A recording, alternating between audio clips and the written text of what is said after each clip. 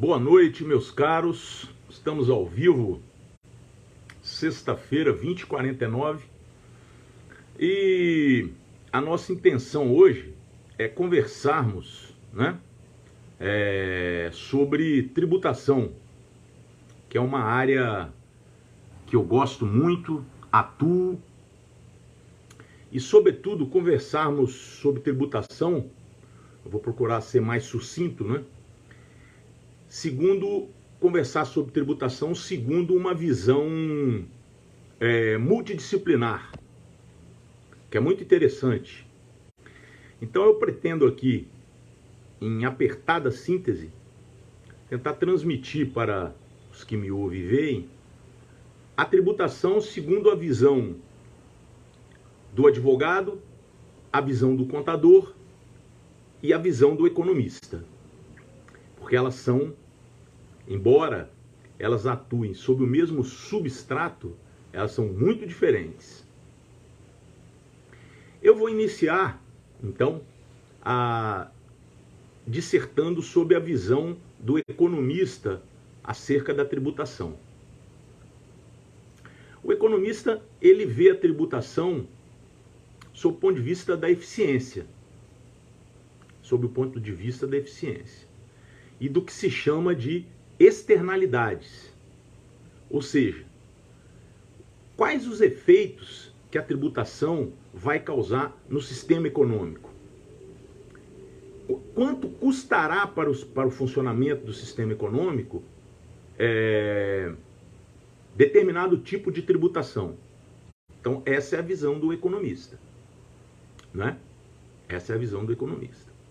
Então, externalidades que os economistas, como consenso, não admitem na tributação. Cumulatividade. Em nenhuma hipótese, cumulatividade. Por que os economistas não admitem cumulatividade na tributação? Vou dar um exemplo. Porque distorcem os preços relativos. Como assim? Bom, imagine duas empresas que operam no mesmo ramo, portanto, são concorrentes, e uma tem determinado tipo de incentivo fiscal, seja ele qual for, e a outra não tem. O que isto causa? A seguinte situação. A primeira empresa, que não tem um incentivo, ela tenta ser a mais eficiente possível para produzir a maior escala ao menor custo possível, para ter o menor preço possível num mercado competitivo e manter-se sobrevivendo e crescendo.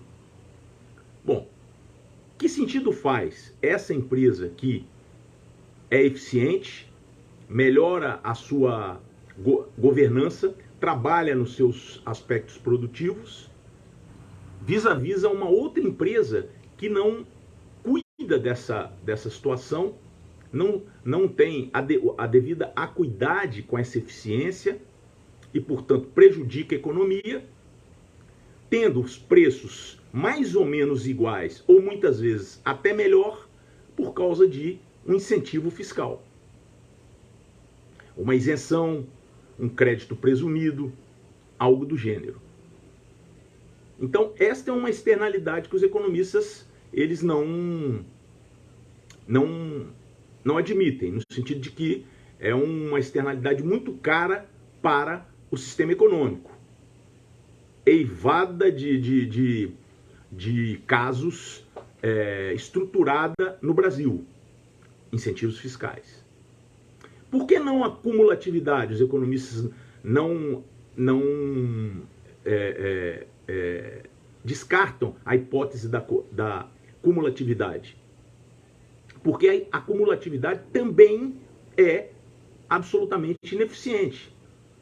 Se você imagine uma empresa lá no início da cadeia produtiva. Se o tributo for cumulativo, ele vai ser tanto maior quanto maior a cadeia, até chegar no consumidor final.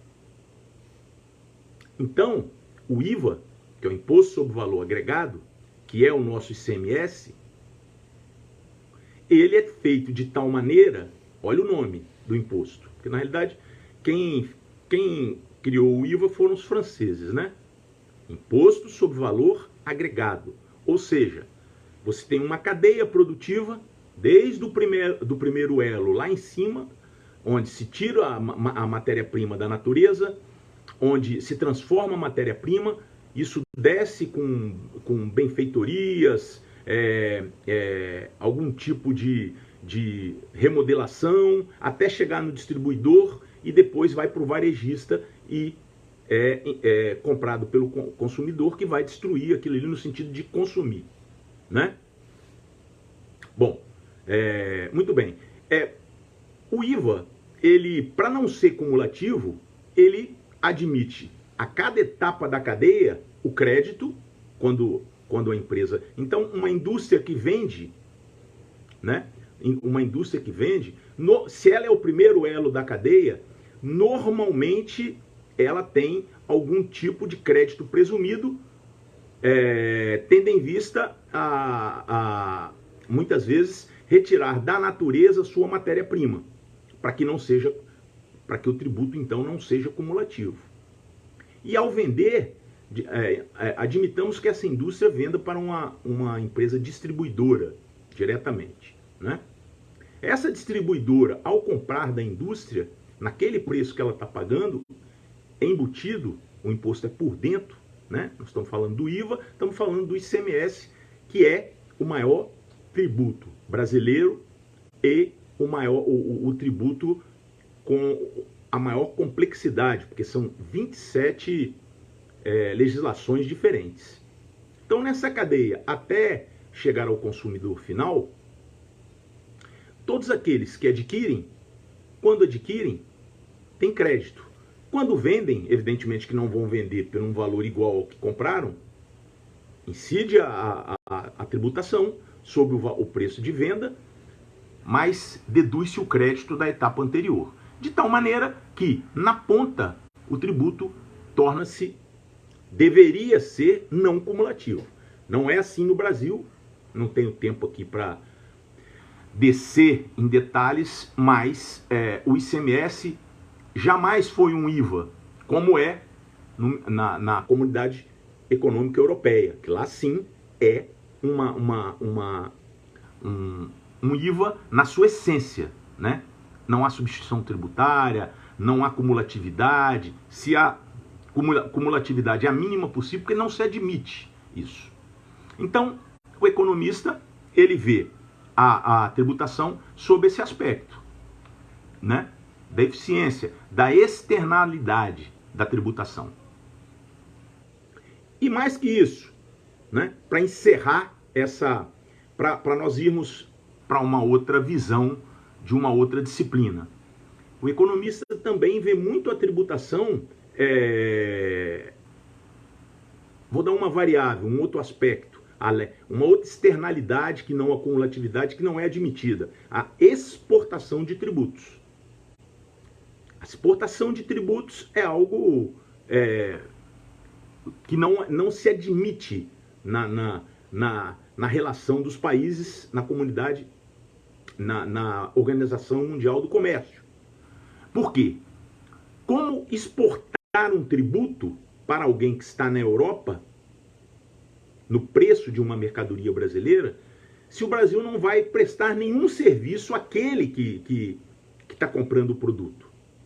Quem tem que cobrar o imposto daquele que está comprando o produto se ele estiver na França, o francês. A França, porque a França vai prestar um serviço, vai ter uma contrapartida. Então, a exportação, ela é algo considerado, como eu qualificaria? É algo absurdo, né? Tautológico, né? Que não tem nenhum parâmetro, que não tem nenhuma cientificidade e descumpre as mais comezinhas regras de tributação. Não se exporta tributos. Então, o economista vê, ele analisa a tributação, claro, com seus efeitos arrecadatórios, mas muito sob o aspecto da eficiência econômica, das externalidades. Quanto menos a tributação afetar o sistema econômico como um todo, melhor seria, em tese, a visão econômica. Agora vamos para a visão contábil da tributação. A visão contábil da tributação, ela é diferente do economista e é diferente do advogado. Porque a contabilidade, o contador e o departamento fiscal das empresas, ou o departamento fiscal terceirizado, na realidade, qual é a função? O que se faz? Se levanta o quanto de beato. Como? Fazendo incidir as alíquotas, as bases de cálculo.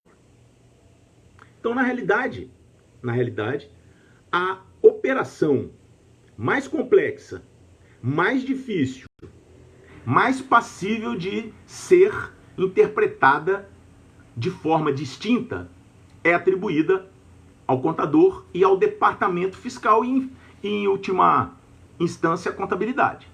Então, o contador vê, ele enxerga a tributação como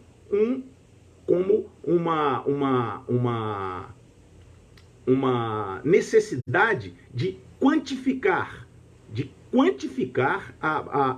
o quanto DBA, ou seja, o crédito tributário, quantificar o crédito tributário. Depois nós vamos entrar nessa questão até chegar no crédito tributário, que é um instituto, uma figura jurídica, eu vou falar logo a seguir. Então, para o contador, que é a contabilidade, a ciência do patrimônio, né? O contador vai, em última análise, né, analisar a movimentação econômica e financeira e quantificar, né, os tributos a pagarem. Então veja que na essência,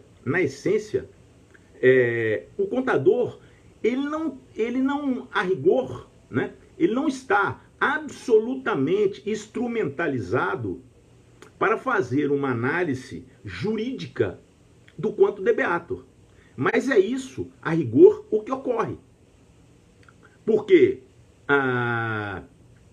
nós temos, então, só adiantando, em direito tributário, nós temos o fato gerador, né, que é o acontecimento material que vai ensejar a incidência de uma hipótese, de uma norma em abstrato, e esse casamento de uma situação material, como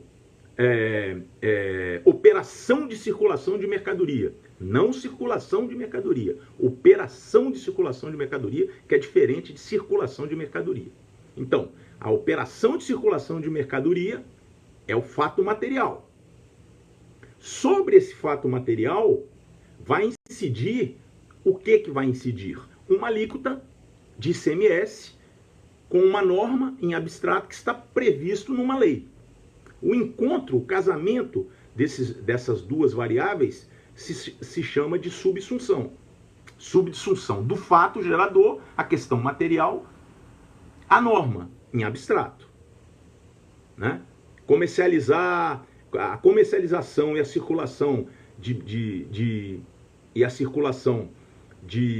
mercadorias e serviços gera, a depender da alíquota, se é uma alíquota interestadual ou interna, ou é uma alíquota diferenciada, gera ali, o casamento desses dois fatos gera o que nós chamamos de obrigação tributária. Obrigação tributária. Então, essa situação, ela já entrando numa visão também jurídica, mas o advogado, embora essa questão seja de natureza tributária, de direito tributário, o advogado atua numa outra área, ainda dentro da estrutura contábil.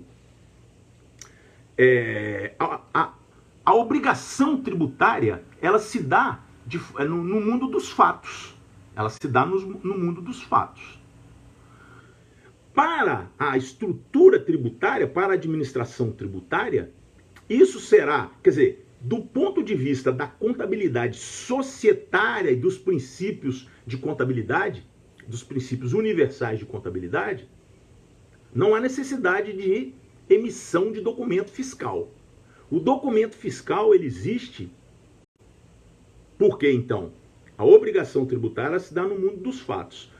O documento fiscal, ele existe para ser emitido e para reconhecer a obrigação tributária. Então, a obrigação tributária, ela nasce no mundo dos fatos, né, com uma estrutura material, que é, no caso aqui do exemplo, uma operação de circulação de mercadorias e serviços, a operação, não só a circulação, tem que haver um negócio jurídico, a rigor, uma norma em abstrato. Isso gerou, então, uma obrigação tributária. Se não se emitir documento fiscal, a obrigação tributária permanece no mundo dos fatos, né, no mundo fático. O que faz, então, essa obrigação tributária ser reconhecida como obrigação tributária de direito é a emissão do documento fiscal. Então, com a emissão do documento fiscal, aquela obrigação que poderia permanecer de fato se torna de direito. E aí, do ponto de vista do contador, que é diferente do ponto de vista do economista, que é diferente do ponto de vista do advogado, eu já falei sobre o ponto de vista do economista, ele terá que informar aquela obrigação tributária à administração tributária pertinente, ao ente federado que é credor daquela obrigação tributária. Note-se que eu falei de fato gerador, falei de circunstância material, falei de norma em abstrato, hipótese de incidência, mas não falei ainda de crédito tributário, né? De crédito tributário. Porque ao emitir o documento fiscal, né, surge-se uma obrigação tributária. Mas uma obrigação tributária de direito. Se não houvesse a impressão do documento fiscal, haveria uma obrigação tributária de fato. Mas para ele se tornar crédito tributário e ser exigido pelo ente público, essa ponte, essa ligação, tem um artigo no Código Tributário Nacional que diz respeito ao lançamento tributário. Esse lançamento é a ponte entre a obrigação tributária, a subsunção de um fato material a uma norma, né? Esse lançamento vai fazer a ponte para que, salvo impugnações, né, essa obrigação tributária se torne um crédito tributário, como se fosse um título, uma duplicata, uma nota promissória, um cheque, mal comparando. Porque enquanto ela estiver no âmbito da obrigação tributária propriamente, digamos que a obrigação tributária nasça no mundo dos fatos e não haja emissão de documentos fiscais. Primeiro que ela vai continuar no mundo dos fatos. E quando ela se tornará crédito tributário? A rigor nunca, do ponto de vista do contador. Mas se houver emissão de documento fiscal e o contador operar uma obrigação acessória informando eletronicamente para o Estado do Espírito Santo, porque nós estamos falando do ICMS, que é o imposto mais importante do Brasil, é o que causa mais problema, é o maior e o mais importante. Essa obrigação tributária, ela constituirá um crédito para o Estado.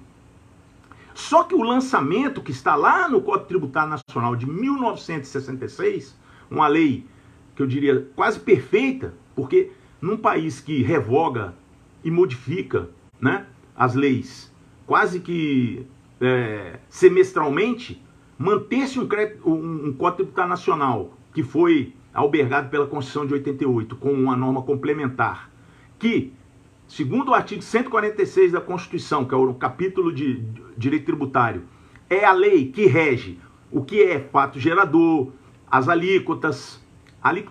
fato gerador, o que é obrigação tributária, o que é lançamento, quais são os tipos de lançamento, o que é crédito tributário, exclusão, extinção, suspensão do crédito tributário e outros. Quer dizer, é uma lei de 1966, mas atualíssima.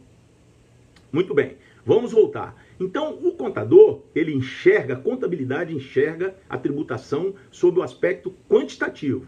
O trabalho é analisar, né? Analisar o fato gerador, analisar a norma em abstrato, mas não com a visão jurídica. Porque o contador, bem assim, o economista, eles não têm uma interpretação jurídica. Eles não conhecem o arquétipo, né, a verticalidade, a pirâmide da estrutura tributária brasileira. Então o contador faz ali a obrigação, reconhece a obrigação tributária e a informa, substituindo a administração pública, que é, no caso, as fazendas estaduais, porque o lançamento, no artigo 142 do Código Tributário Nacional, ele é pertinente exclusivamente à administração tributária.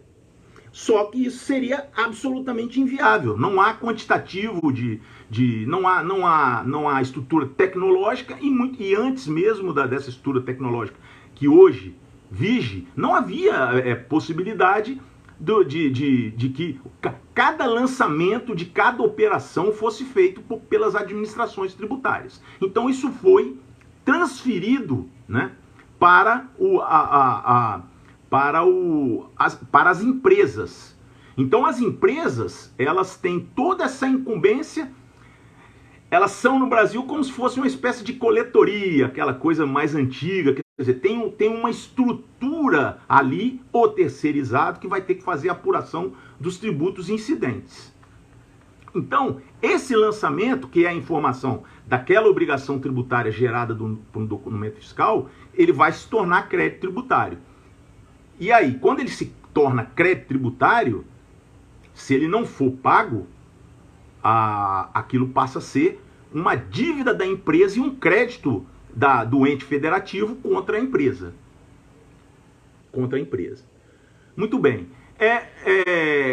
Na realidade, o que se faz hoje, né? Como se opera esse lançamento hoje, né? Esse lançamento se opera basicamente de forma eletrônica.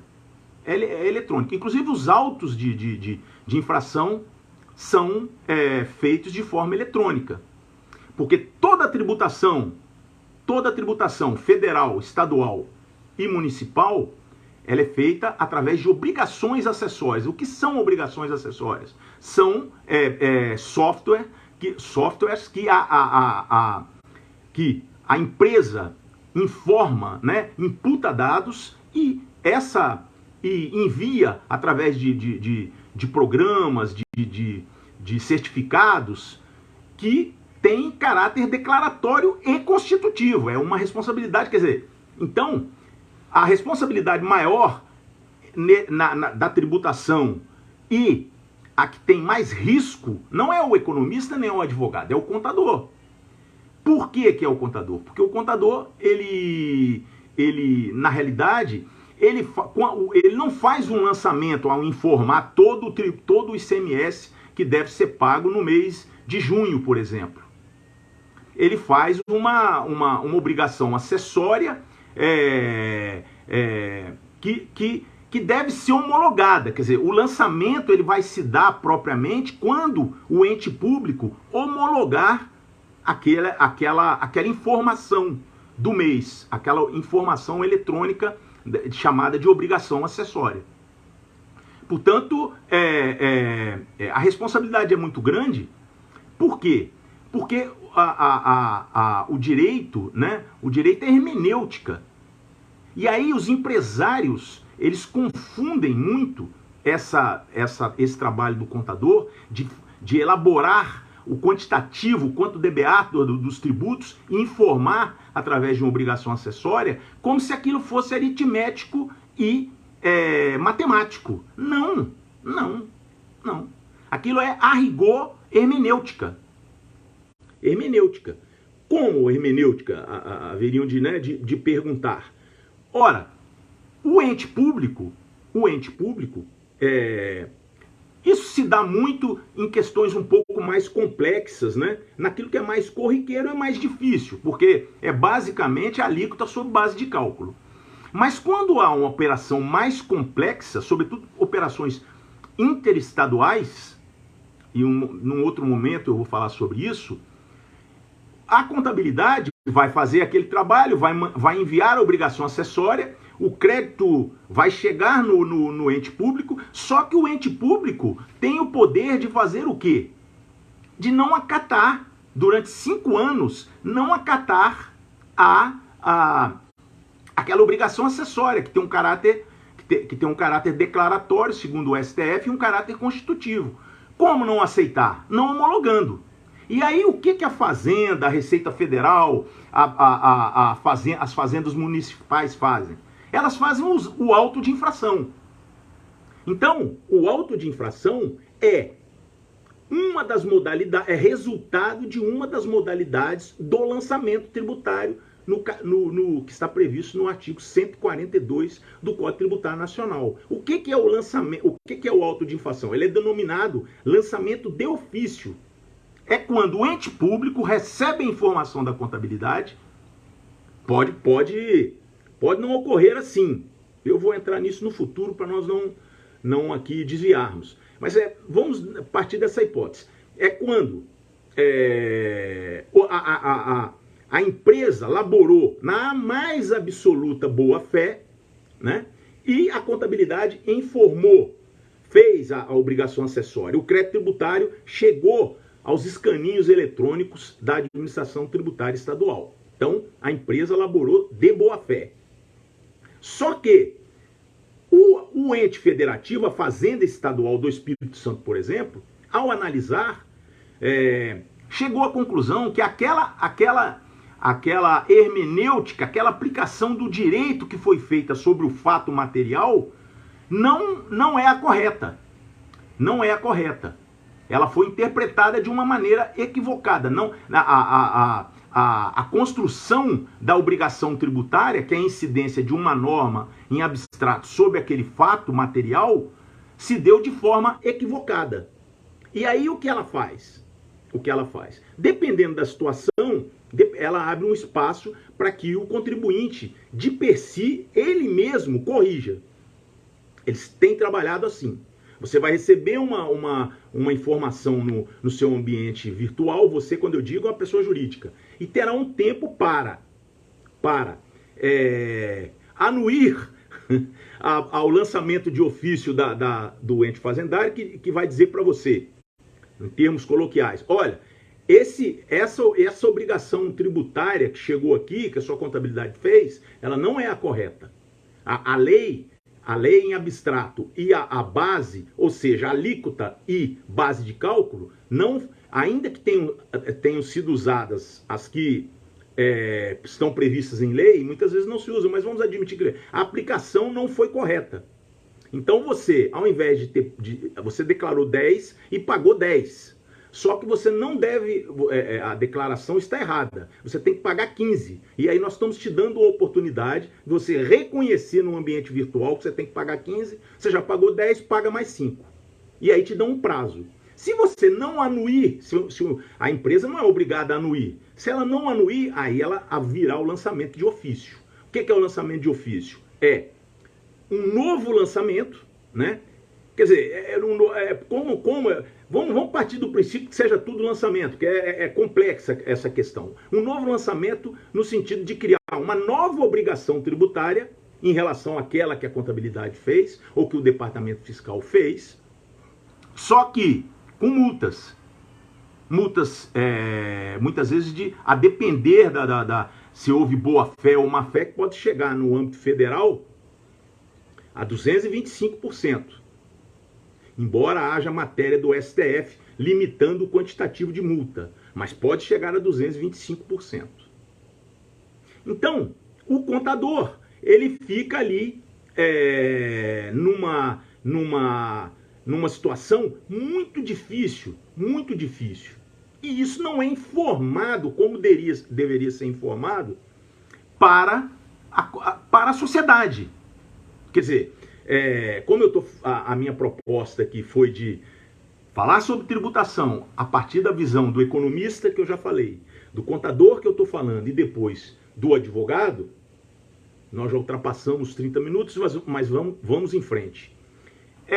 Os órgãos de classe da contabilidade deveriam informar para a sociedade que a contabilidade ela não trabalha de maneira aritmética e matemática ao formar o quanto debeatur, a base quantitativa em pecúnia da obrigação tributária que eu falei, que é fato mais uma norma, porque se não tiver norma é não incidência, não nasce nenhum imposto, tem que ter uma norma anterior.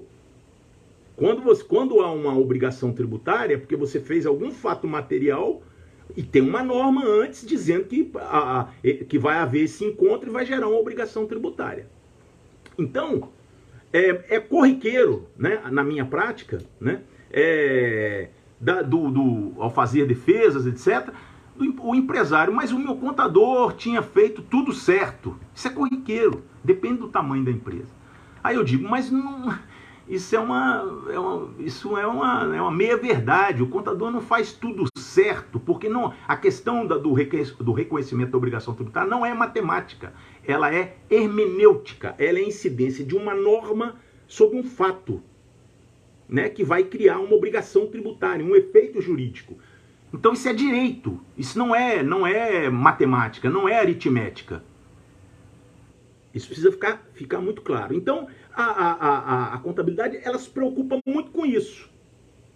E a volúpia em arrecadar dos entes públicos é de tal maneira crescente e eu nunca vi, eu estou há muito tempo, eu nunca vi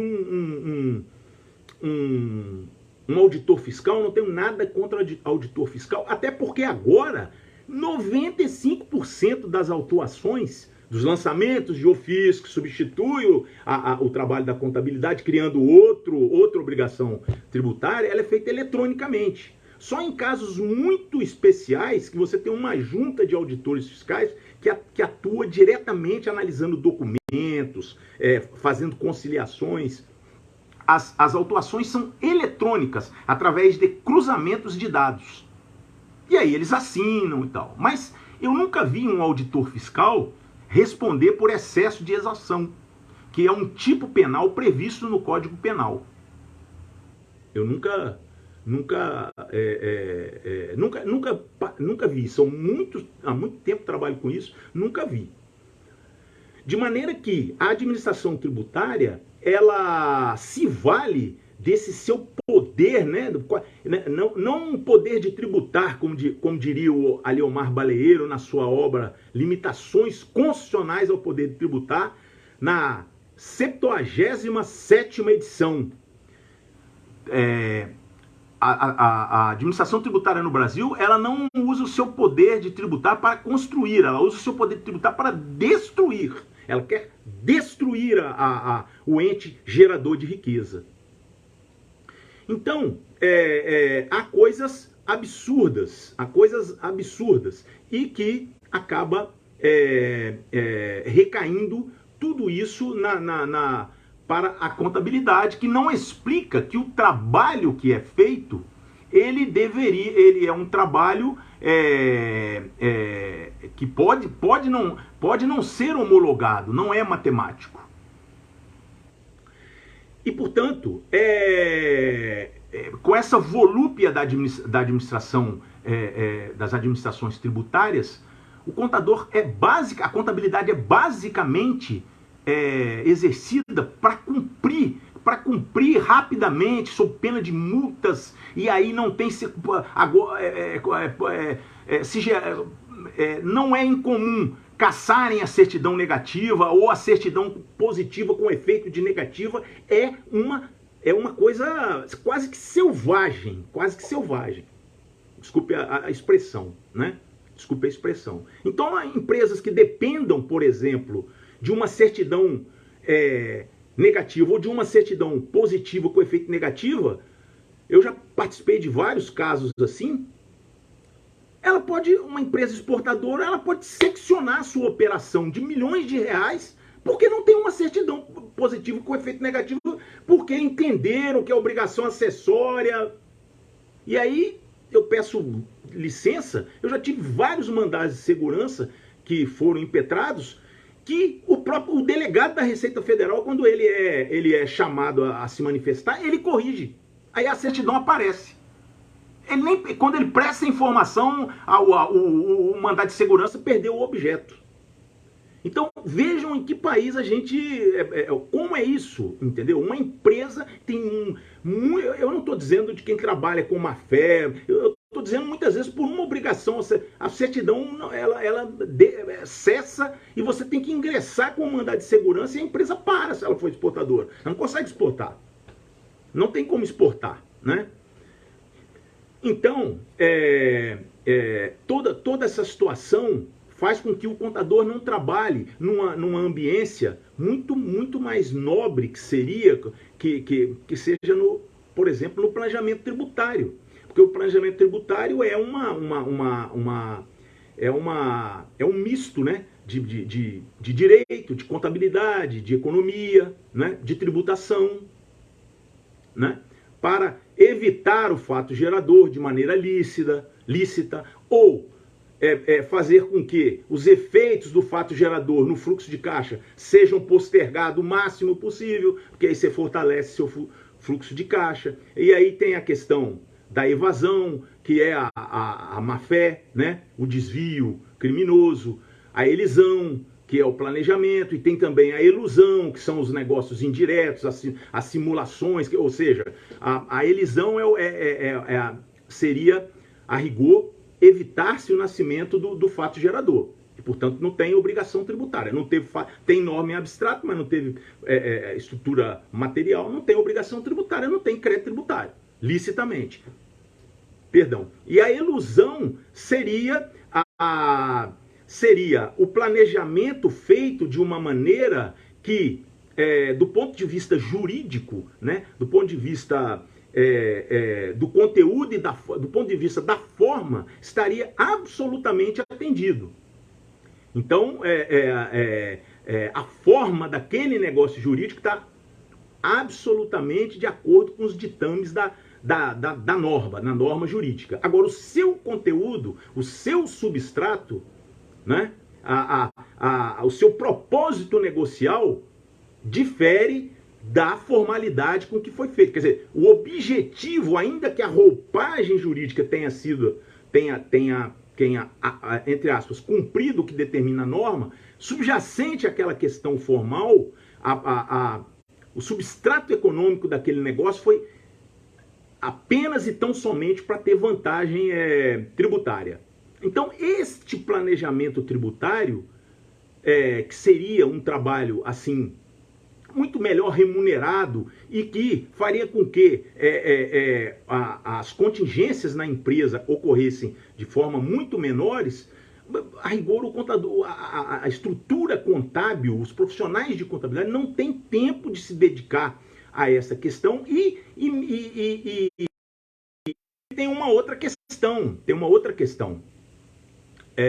no direito, né, nós sabemos, no direito público, a sua decisão, a sua conduta tem que ter uma lei anterior que autoriza. O direito privado, basta que não haja uma lei, assim, sendo bastante apertada assim, basta que não haja uma lei que proíba.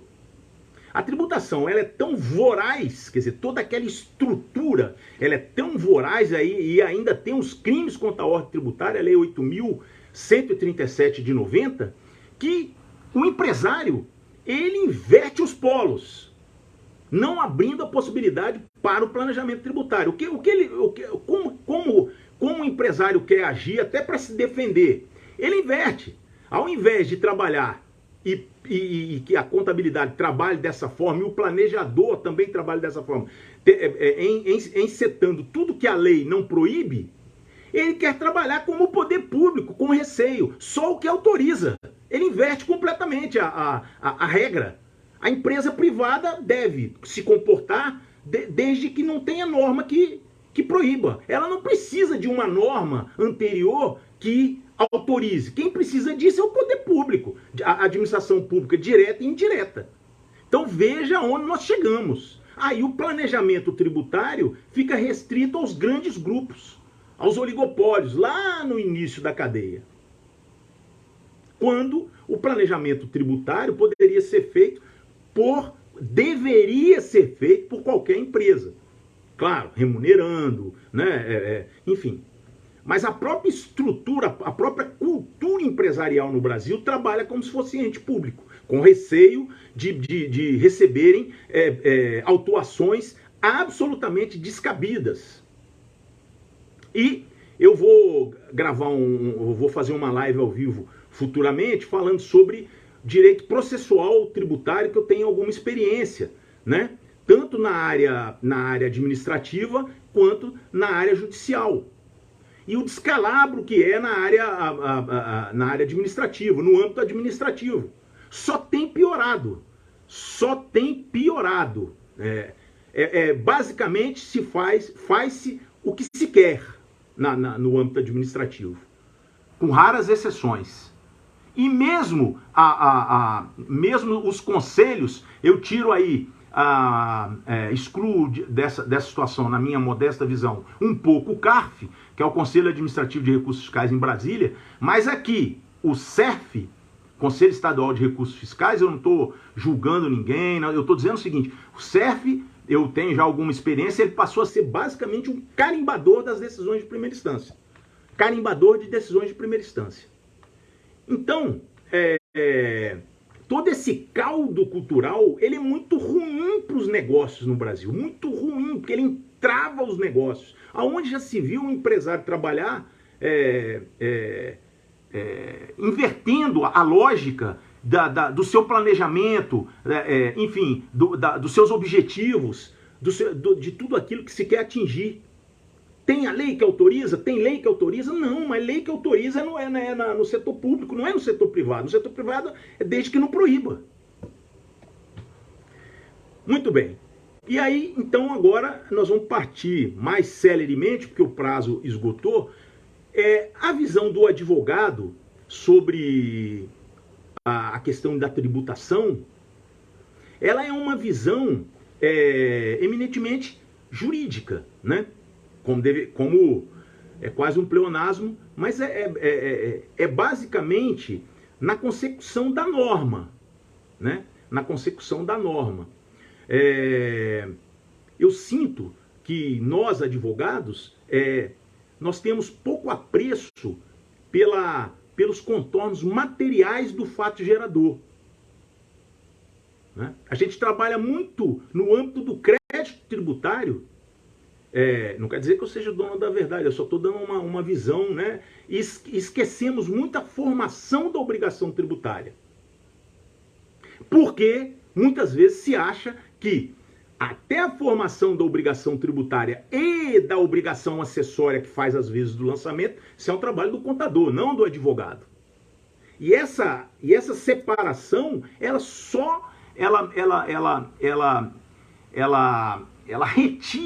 retira substrato formal e material das defesas engendradas pelo advogado. Então, eu diria que é claro que analisar a norma é muito importante, mas também analisar a cadeia propriamente, né? Do fato gerador, da hipótese de incidência, da obrigação tributária, como foi feito o lançamento, em que condições, o que há naquela obrigação acessória, né? Como ela foi feita, qual a base material e sobretudo material, né? do auto de infração, no que ele discorda. Ele discorda do conteúdo material, ou da alíquota, ou das duas coisas. Então, o advogado tributarista, se o contador é quase um advogado tributarista, o advogado tributarista também é quase um contador. Eles são ali irmãos siameses, senão fica você envereda por uma defesa basicamente material e formal. E no direito tributário, assim, com a minha modesta visão, eu acho isso pouco. Eu acho,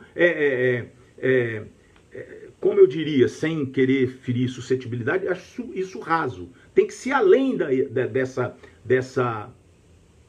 desse aspecto.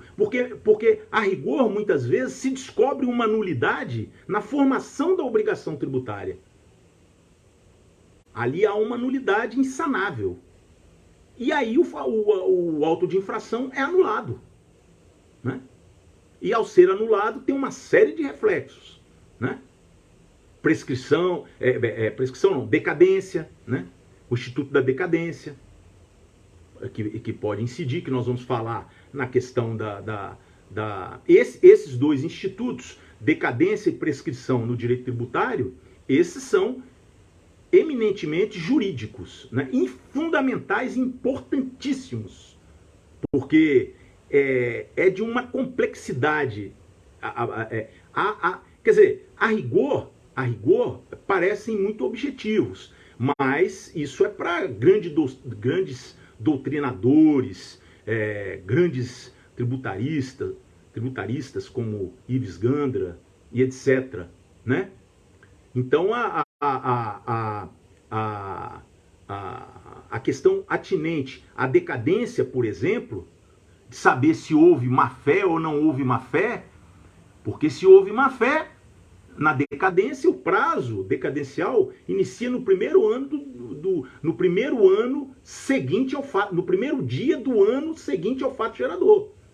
Se não houve má-fé, se não houve dolo, ela começa a correr a partir de 150 para 4 CTN, a partir do fato gerador.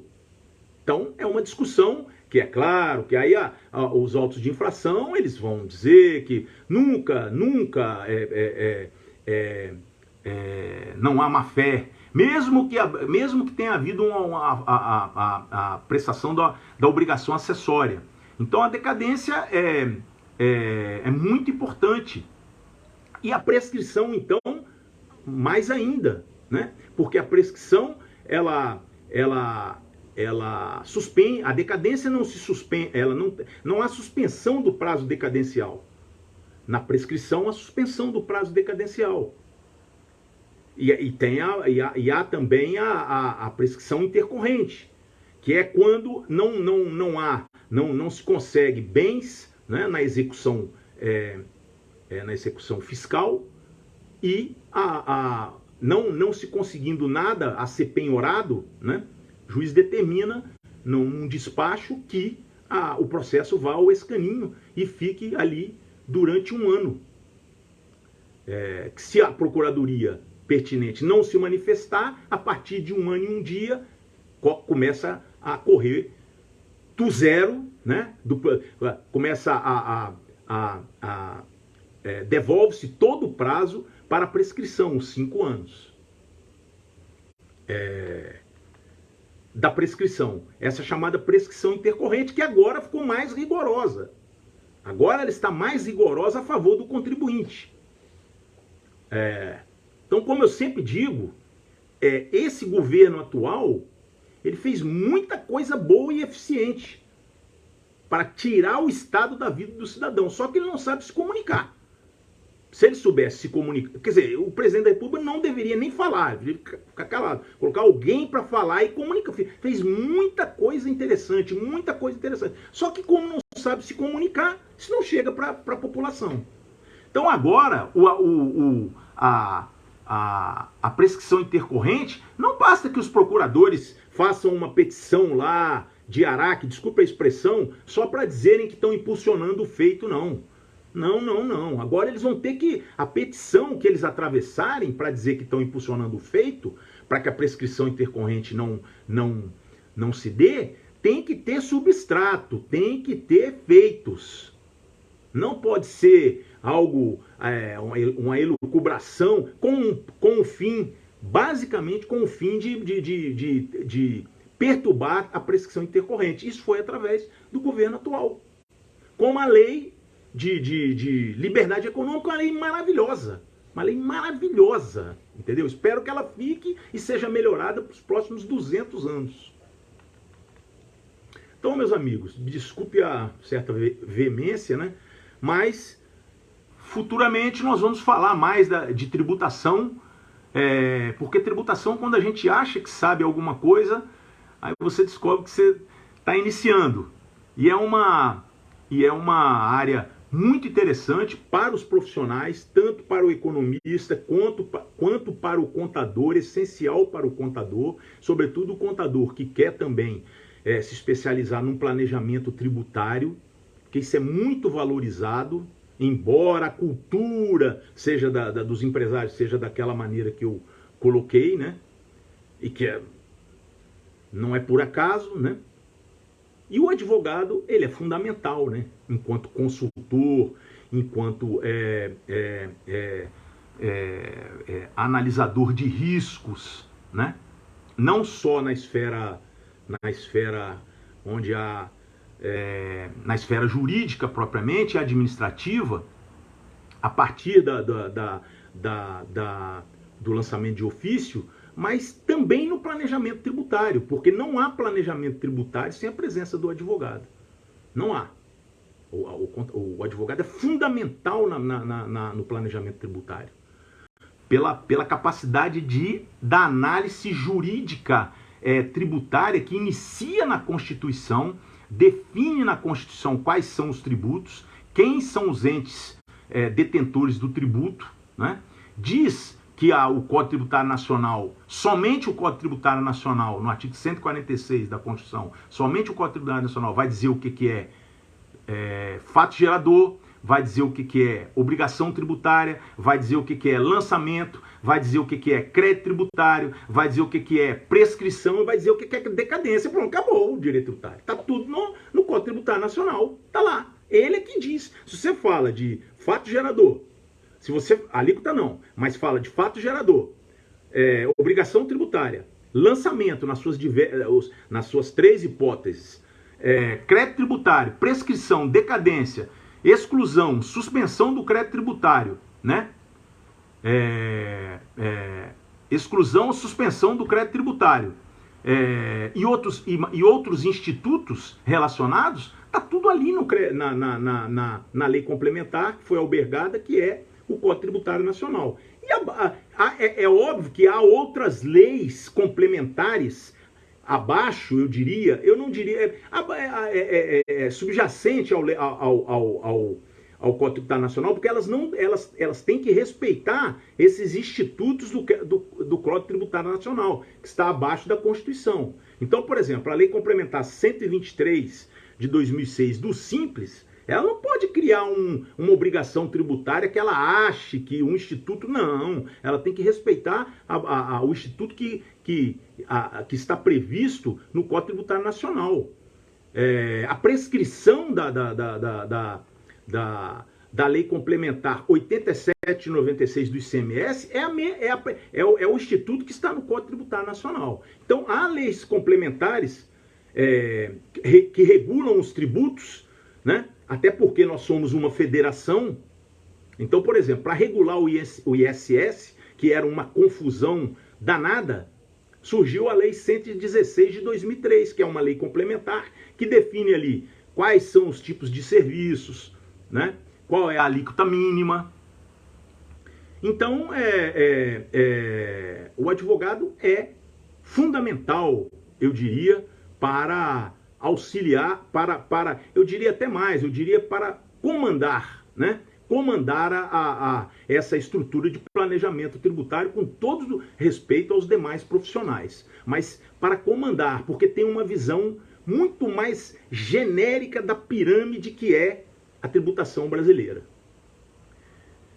Então, eu vou agradecer muito às pessoas que me emprestaram aí seus ouvidos e seus olhos, e estamos sempre aprendendo e levando um pouquinho da nossa modesta experiência, se puder ajudar alguém, né? Essa vida só faz sentido se a gente puder transferir e ajudar as outras pessoas. Muito obrigado e até uma outra live. Boa noite.